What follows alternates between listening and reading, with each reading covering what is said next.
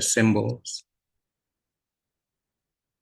And he spoke about the divinity in the boat. And he brought up issues of the zodiac. It was referred to as the zodiac. And, he's doing this following the questions that were asked. So we'll go to chapter 4 of 5. There are 5 chapters in this this part of the discourse. So he has just concluded speaking about the zodiacal signs and this idea of not it being reasonable to undertake a defense of them.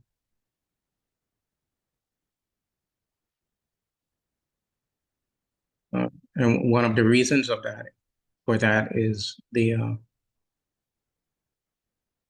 idea of not relying on the oracle, which is spoken in an ancient Egyptian proverb. So we could go on with the zodiac for a long time, so we'll move forward. Chapter 4. But the inquiries which follow in the next place require a more abundant doctrine in order to their elucidation. At the same time, however, it is necessary to discuss the truth concerning them with brevity. So what is to follow? He finds that it is required that there should be more detail, more in-depth examination to make clear the principle that is being inquired upon. But also, with brevity, don't prolong it on and on and on and on. However, these things need to be examined thoroughly, with more depth. For you inquire, so he's saying to Porphyry, you inquire, this is your question.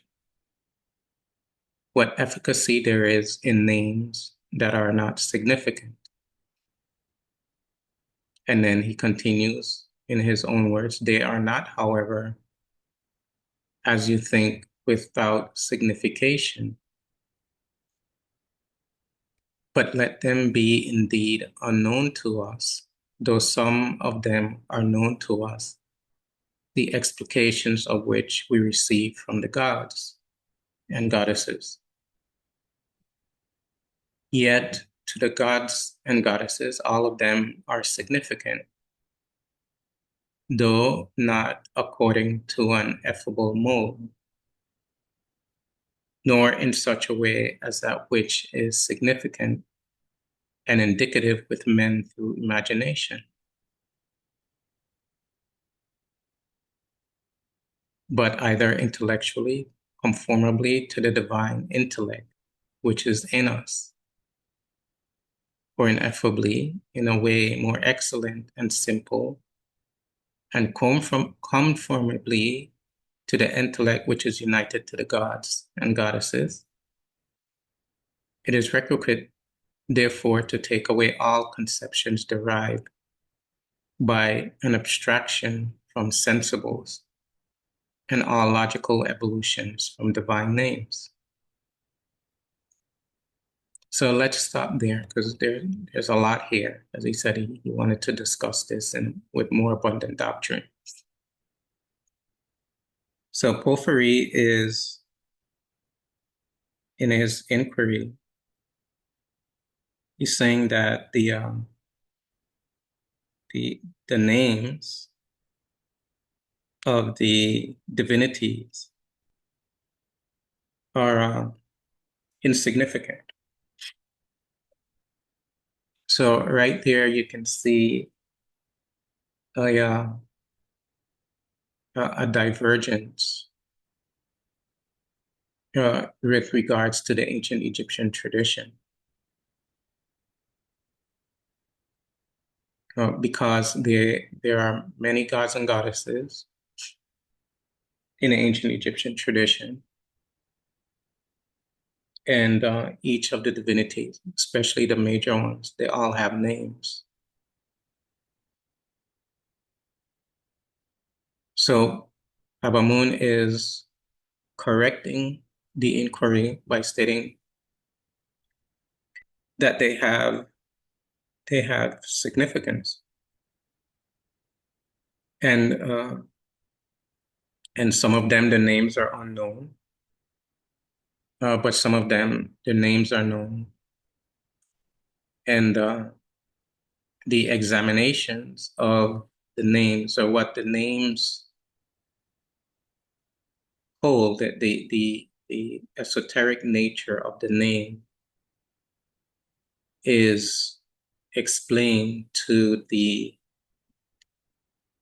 priests and priestesses, the theurgists from the Neteru, the gods and goddesses. So, in other words, the names of the gods and goddesses are not derived from human reason. They are derived from epiphany, insight, and revelation, coming directly from divinities and not through, human intellect. For example, a human being might draw a picture of something and then label that picture whatever the person who drew the picture conceptualized the picture to be. It is not like that. It is a revelation or a profound insight that is derived from mystic communication with the divinities. So all of the gods and goddesses, Ptah, Heru, etc., Sekhmet,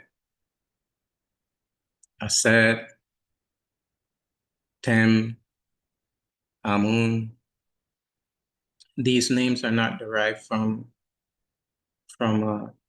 human intellectual activity. There is something that has informed the human concerning the nature of the divinities that reveals the name. But there is a proverb, men and women are immortal gods and goddesses. Men and women are mortal gods and goddesses. Men and women are immortal gods and goddesses, and the gods and goddesses are immortal men and women. So the human who has reached a high level of purity and a high level of metaphysical process is capable of such communication with the Neteru, the gods and goddesses, to receive certain profound insights into the cosmic forms, which are the Neteru, and therefore apply labels to those gods and goddesses. And Porphyry's mistake in this question is that everything that appears to the senses, whether they be your physical senses, touch, taste, sight, etc., or rather your perception, any object that is capable of being perceived with the senses is a form, and that form needs a name. That's like having a chair and not calling it a chair. You don't have a name for it. So what is it? So it needs to have a name, it needs to have a label. And also with the more subtle senses, the subtle senses that are used in what is commonly referred to as the astral plane, the duat. So anything that is perceived in the duat and anything that is perceived in the physical plane must have a name. And the divinities are the names and forms of the shetaut, of the hidden mystery. But these are names and forms. And if you gain insight into the names and forms, then what happens is that you gain insight into the source of the names and forms. And therefore you discover that which is the source of the neterut, the gods and goddesses.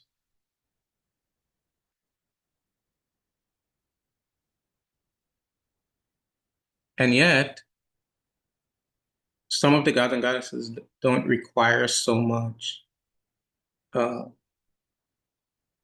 so much philosophy behind them. Some of them do, especially the major ones like Ptah, Aset, Amun. Because of how the system is set up, uh, they require more philosophical uh, elucidation because of how the system of the gods and goddesses are set up. There is I think there's a poster that was produced by,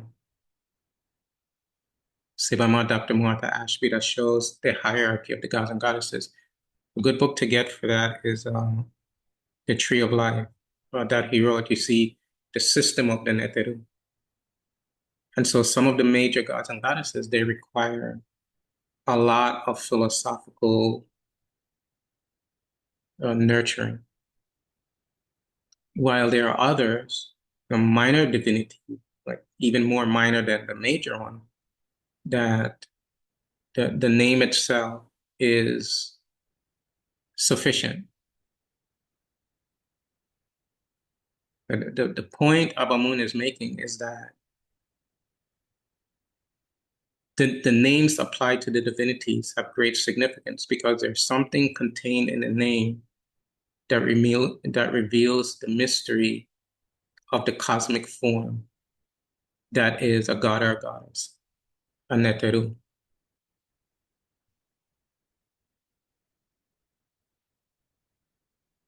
And in the writing, and if you don't have names of the divinities and you think that their names are insignificant, then you can't have text.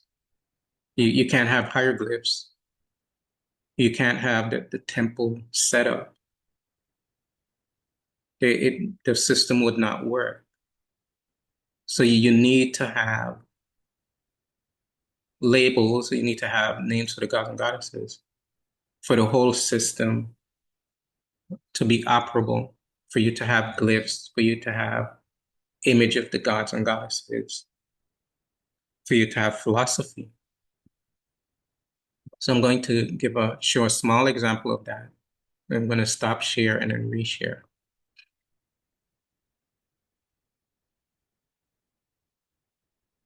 So this is from the temple of Heteru. We're back here. And you see how you have this segment of the panel of the gods and goddesses of divinities. Above their heads, there's text. So, in other words, how would you know that, say, for example, this divinity, she's suckling the baby Heru on her lap. But how would you know what this suckling means without text? And how can you have text without the name of the divinity? And how you find out the name of the divinity is that her signature is written here. This means Heteru. So this goddess is Heteru. Meduje and Heteru. So that means that all of these words pertain to this goddess, Heteru. And you have another figure here, and he is standing, and he's standing on a potter's wheel. And this is well, you're going to see now. So he has his hand to his mouth. He has the chai lock on the side of the head, the rear and urias at the forehead. And this personality is performing an act, a mystic act, a mystic process in relation to this personality. So how would you know who this personality is? Meduje and Ahi. So this divinity is Ahi. And he's like the another form of Haru. He's another form of Haru. So that means that these words are related to this divinity, Ahi. And then you have another personality. He's showing the an implement to this divinity. And this is a whole mystic process that's going on that will take way too long to discuss. It can take a whole hour to discuss this one gesture with the hand holding the feather. And it relates to the medu, the word. And we know so who is this personality? His name is here. Indulge and Pata Netter. So how would we know? So all of these words pertain to this divinity. And then back here, you have the Purdah wearing the Atef crown. So you have the Purdah is a pharaoh who is a symbol of every spiritual aspire. He's he has the incense, etc. offering. And his name is contained in the Shen. So everything has to be labeled. So so what we're looking at is the system of how the glyphs are arranged and how the philosophy comes together on a temple wall. So each divinity has to be introduced in a specific manner.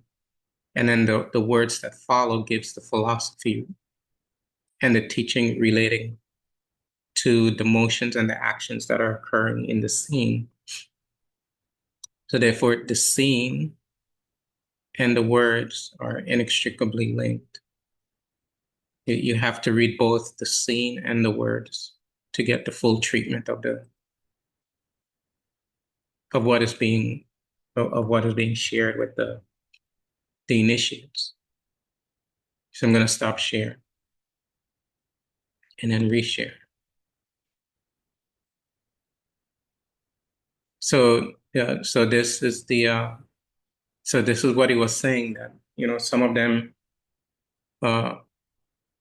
some of them need to be all of the names and the labels of the gods and goddesses are significant, important, which allows for an examination of what is going on.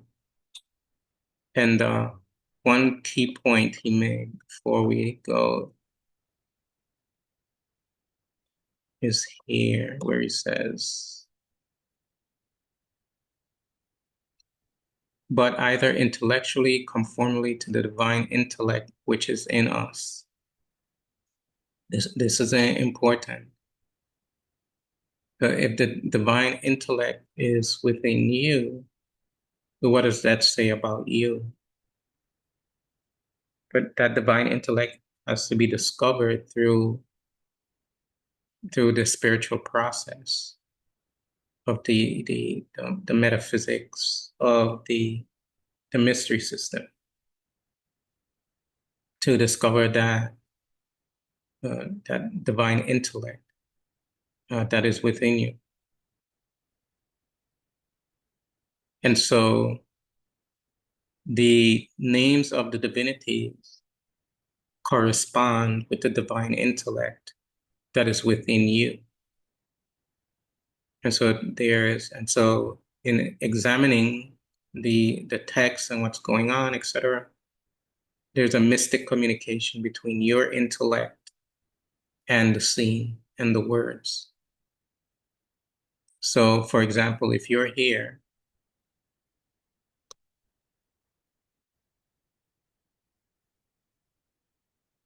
let's say you're an initiate and you come here and you've reached a high level of purification and you're studying this scene.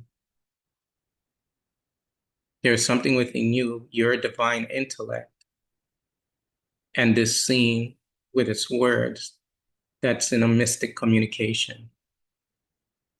This is a communication that is beyond the conscious awareness of in other words, this is something that is occurring not through conscious will, but through mystic communication, just by being there alone. If the mind has reached a certain level of clarity, of lucidity. The lucidity is called back. Ancient Egyptian term is back, and relates to the mind that has reached a state with the removal of the delusions that would inhibit the mystic communication between the intellect and the temple. Okay, so that will be it for today. So do it, everyone. Until we meet again. Attack.